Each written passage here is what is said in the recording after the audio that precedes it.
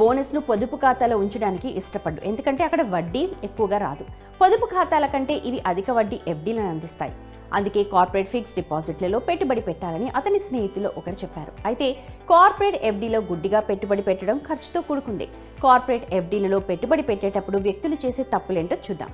ముందుగా corporate FD అంటే ఏంటో అర్థం చేసుకుందాం.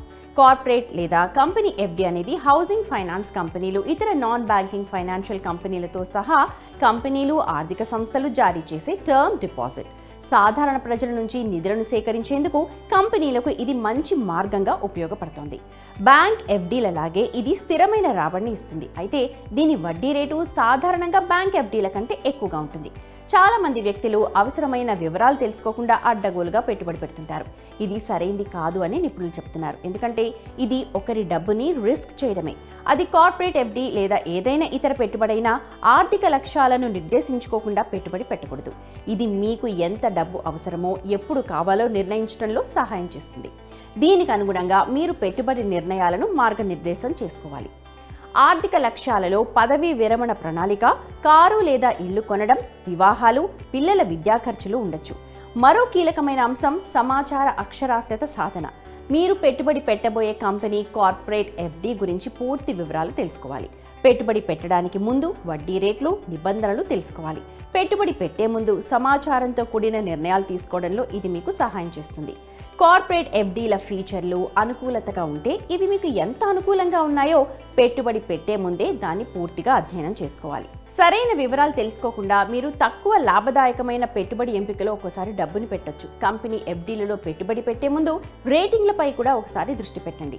భారతదేశంలోని కేర్, ఇక్రా, క్రిసిల్ లాంటి అగ్రశ్రేణి క్రెడిట్ రేటింగ్ ఏజెన్సీలు కార్పొరేట్ ఫిక్స్డ్ డిపాజిట్స్ పై రేటింగ్స్ ఇస్తాయి. ఎప్పుడు AAA, AAA రేటింగ్లు ఉన్న కంపెనీలనే ఎంచుకోవాలి. వివిధ ఏజెన్సీలు ఇచ్చిన రేటింగ్లను తనిఖీ చేసుకోవాలి. తక్కువ రేటింగ్లున్న లేదా రేటింగ్లు లేని కార్పొరేట్ ఎఫ్డీలను దూరంగా ఉంచడమే బెటర్. చాలా మంది వ్యక్తులు కేవలం అధిక రాబడిపై ఆధారపడి కార్పొరేట్ ఎఫ్డీలలో పెట్టుబడి పెడుతుంటారు. ఇది కరెక్ట్ కాదు. ఎఫ్డీలలో పెట్టుబడి పెట్టడానికి ముందు కంపెనీ ట్రాక్ రికార్డ్, ఆర్థిక బలం, వడ్డీ చెల్లింపు వివరాలను చూసుకోవాలి. మీరు కష్టపడి సంపాదించిన డబ్బును కాపాడుకోవడానికి ఆర్థిక లేదా నిర్వహణ సంక్షోభాలను ఎదుర్కొంటున్న కంపెనీల నుండి దూరంగా ఉండండి. ఎఫ్డీ మెచ్యూరిటీ గురించి కూడా జాగ్రత్తగా ఉండాలి. మెచ్యూరిటీకి ముందు కార్పొరేట్ ఎఫ్డీని మూసివేయడం వల్ల వడ్డీ పెనాల్టీలను కోల్పోవచ్చు. బజాజ్ ఫిన్సర్వ్ వెబ్సైట్ ప్రకారం నిర్ణీత సమయానికంటే ముందు ఎఫ్డీల నుండి డబ్బును విత్డ్రా చేస్తే 2 to 3% వరకు నష్టపోవచ్చు. ఫిక్స్డ్ డిపాజిట్ కాల వ్యవధిని జాగ్రత్తగా చూసుకోండి. పెట్టుబడి చివరి వరకు కొనసాగించండి. పెరుగుతోన్న ద్రవ్యోల్బణం డబ్బు విలువను తగ్గిస్తోంది. అటువంటిది ద్రవ్యోల్బణాన్ని ఎదుర్కోవడానికి ఎఫ్డీల నుండి వచ్చే వడ్డీపై మాత్రమే ఆధారపడడం సరిపోకపోవచ్చు. ద్రవ్యోల్బణాన్ని సమర్థవంతంగా ఎదుర్కోవడానికి దాన్ని ట్రాక్ చేయడం చాలా అవసరం. వడ్డీ రేట్లు గరిష్ట స్థాయికి చేరుకున్నప్పుడు ఆ సమయంలో పెట్టుబడి పెట్టడం మంచిది. కార్పొరేట్ ఎఫ్డీలు సాధారణంగా పొదుపులు, బ్యాంక్ ఎఫ్డీల కంటే ఎక్కువ వడ్డీనే ఇస్తున్నాయి. కార్పొరేట్ ఎఫ్డీలు సాధారణంగా షేర్లు లేదా మ్యూచువల్ ఫండ్స్ లాంటి పెట్టుబడులతో పోలిస్తే తక్కువ రాబడినిస్తాయి. మీ పోర్ట్ఫోలియోలో ఈక్విటీ, డెట్ రెండింటినీ చేర్చడం మంచిది. ఈక్విటీలో షేర్లు, ఈక్విటీ మ్యూచువల్ ఫండ్లు ఉంటాయి. అయితే డెట్లో కంపెనీ ఎఫ్డీలు, బ్యాంక్ ఎఫ్డీలు, బాండ్ల లాంటి స్థిర ఆదాయ ఆస్తులు ఉంటాయి. ఇంకొక విషయం ఏంటంటే కార్పొరేట్ ఎఫ్డీలపై ఆసక్తి ఎక్కువగా ఉన్నప్పటికీ ఇవి సెక్యూరిటీ పరంగా బ్యాంక్ ఎఫ్డీల కంటే వెనకబడే ఉన్నాయి. ఒక్కో డిపాజిటర్కు 5 లక్షల రూపాయల వరకు బ్యాంకులు డిపాజిట్లకు బీమా చేస్తాయి. కార్పొరేట్ ఎఫ్డీలకు ఈ భద్రతా సౌకర్యం లేదు.